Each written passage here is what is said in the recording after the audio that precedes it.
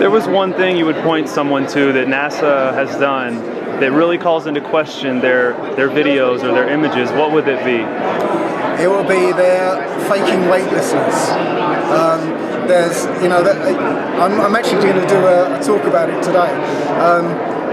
They seem to have three methods of faking weightlessness, and it's harnesses like they do in the movies. It's zero-G planes. With the harnesses, every now and again you can spot where the harness affects the clothing. And there's one video which I'm going to show where you can see an astronaut tugging on the harness, on the wire, and it pulling the clothes out, but you can't see the wire. Yeah, I think that's CGI rendering, rendering out the wire. So the second method is zero-G planes, and the way you can spot that is that they will do very short cuts, 45 to 60 second cuts.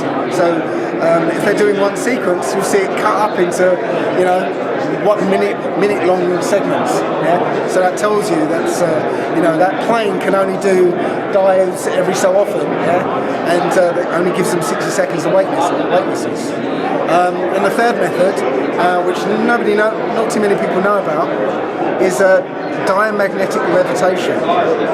We've been taught about paramagnetic, effects. A magnet will attract iron, and it will attract or repel another magnet.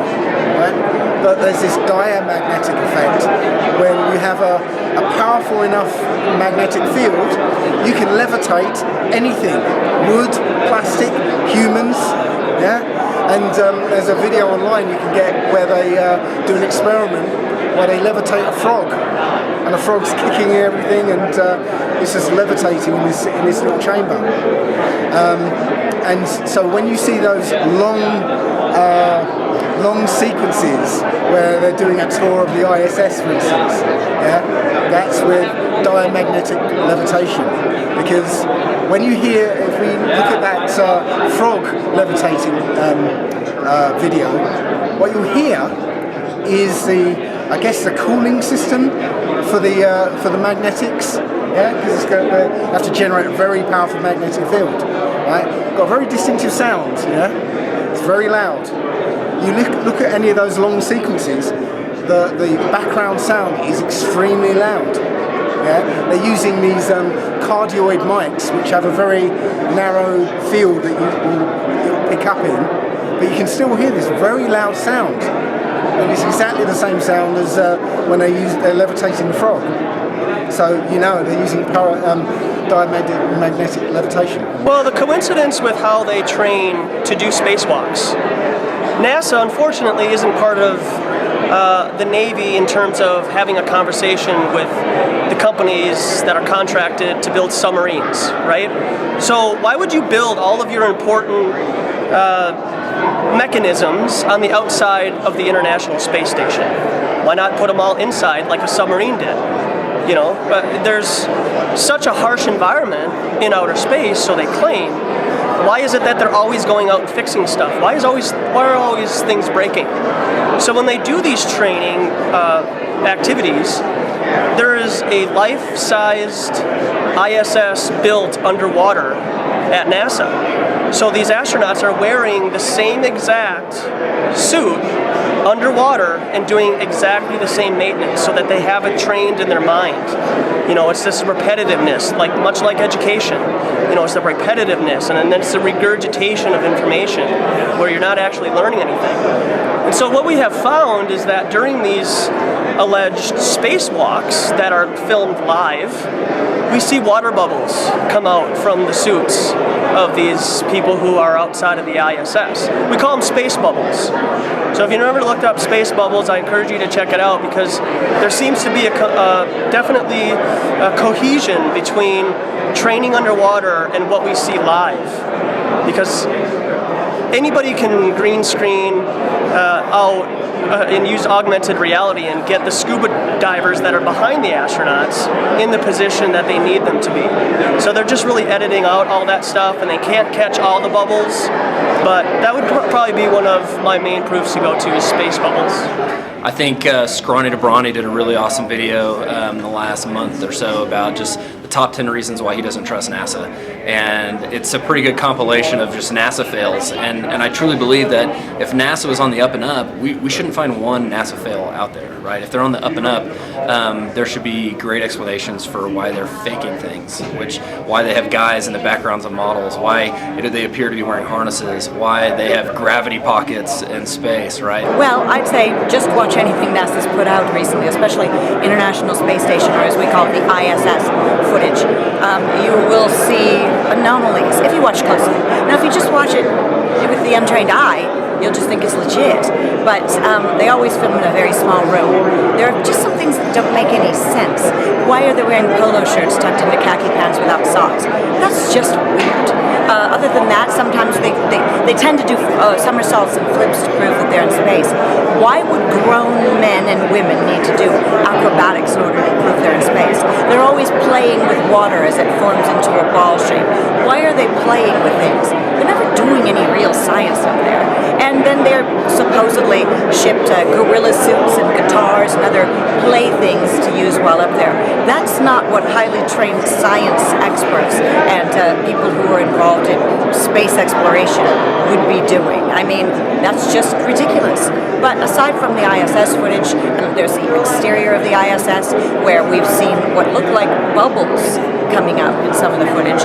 And that's crazy because supposedly space is the vacuum of space. There is no water there, but it certainly looks like there's bubbles in space. But we found out that the astronauts legit train in underwater pools at NASA and probably the other space agencies from other countries too. And so they probably train and then film all this stuff, all their spacewalks that way too. And Scott Kelly, one of those famous astronauts on the ISS who spent that year in space supposedly, he was, I guess, accosted at a speech that he did. And it was a speech that was very interesting because he was basically preaching to the choir about science and space, and everyone was loving him. And then a flat earther spoke up from the audience, and I'm not sure exactly what they said, I'll paraphrase. Asked him about the bubbles in space and what are they? And he hesitated, he stumbled, and you could tell he was caught off guard. And he kind of said he didn't know what that was, but then later said, it's paint flecks coming off the International Space Station. Now, I'm not sure of the exact date, but that thing I think's been up there 20 years. And if they did paint it, why would they paint it? Nobody ever sees it. And number two, wouldn't those paint flecks have come off by now? And number three, this is another thing you can use to debunk. We have pictures of everything. I have pictures of what I ate for lunch yesterday. We have pictures of our childhoods, unless you've lost them. We have pictures of our grandparents, unless you've lost them. We have pictures of the construction of our new home. We have pictures of everything. We document stuff, and we have for years, before the advent of cell phones as well. So we don't have any pictures of the International Space Station being assembled in space. You know, think about it. You'd have to put that thing together while it's moving at lightning speeds. So that's another way that you can debunk all of this. My favorite one that I like to point out, and I've only pointed this out once. It was a CGI glitch back in January this year. It was where there were three astronauts. They were looked like they were in front of a green screen, and they were about to sign off, and all of a sudden they all kind of started to turn these weird colors, started to kind of twist and all that, but you could see the background behind them kind of remained the same. So it was like they were, doing real-time editing in the process. So that's kind of one of those things I like to point to, like, come on guys, they're supposed to be on the International Space Station. What's up with this CGI glitch?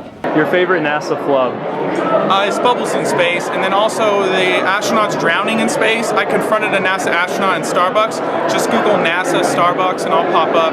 But what happened was I asked him why they were drowning in space, and he told me that it was their saliva. And I didn't believe him, and so he didn't want to talk to me anymore. And then I went live, and you can check out the video yourself. It was probably one I just saw earlier at the conference here. It's when, I think it was from like the 80s, from the ISS footage, when they were doing the vomit comet, which is how I think they're doing it. So you've got, maybe 40, 50, 60 seconds of it in a nosedive. They're able to pretend like they're in this weightlessness for a short period of time, but then the plane adjusts or whatever, and all 4 or 5 of them that are sitting there floating all of a sudden slam against the side of the ISS. Stuff like that. It's like it was very obvious that they are not in microgravity, free falling at 17,000 miles an hour, continuing to fall just enough to stay in orbit without leaving orbit, but never hitting the Earth. Continual, perpetual free fall.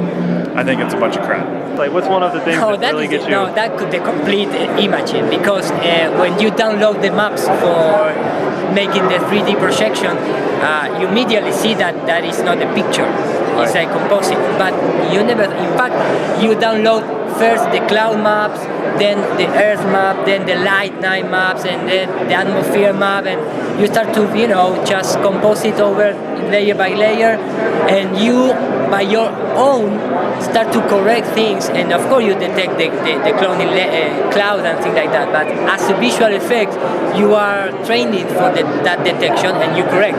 But you never think that kind of things are because they cannot take a real picture. You just simply believe that, okay, the employer did quickly, or it's scientific things, it's not visual effects things, so they just put there something to just take the visual. Right. The harnesses, for me, when I saw that, I think I was watching a bunch of videos from Wakey Wakey, and he was going into detail, and he just kept showing these harnesses, and I was like, oh my god, they're just puppets, man. And that's when I wrote the song Puppet Show, and there's so many instances of the wire pulls and the wires getting caught on the harness, and that was the biggest thing for me. That was the real eye-opener. Every single thing they do, the hanging on harnesses, the failed back flips. When there's one where an astronaut's coming into the scene and he fades in, you can see that they just faded him in. You can see through his head that it's all layered CGI nonsense.